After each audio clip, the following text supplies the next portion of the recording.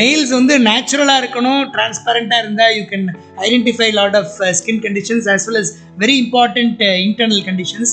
But keep away from nail cosmetics. அதே மாதிரி lip cosmetics also இல்லையா, lip and eye cosmetics. So that is anything in moderation is okay. அப்பப்போ போடுறது okay, எப்பவுமே போட்டுட்டு இருந்தா then is the problem. Even food is the same. Eat in moderation is okay. அதிகமாக சாப்பிட்டோம்னா then it's a problem. So it is same with any cosmetic. ஒரு லேடியோட ஹேண்ட்பேக்லையும் பார்த்தா ஒரு காஜல், ஒரு லிப்ஸ்டிக், ஒரு லிப் லைனர், ஒரு நெயில் பாலிஷ், இதெல்லாம் கண்டிப்பாக இருக்கும். அதான் அங்கேயும் அதே மாதிரி தான். Women are the same everywhere.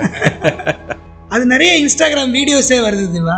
And just handbag opening, ஒருத்தரோட ஹேண்ட்பேக்ல என்னென்ன இருக்கு, என்னென்ன பிராண்ட் இருக்கு, they also promote that brand also. and அது ஒரு பெரிய ஃபேமஸ் இது வந்து ஒரு சாதாரண ஹேண்ட்பேக்ல எப்படி இருக்கு, ஒரு செலிபிரிட்டி ஹேண்ட்பேக்ல என்ன இருக்கு.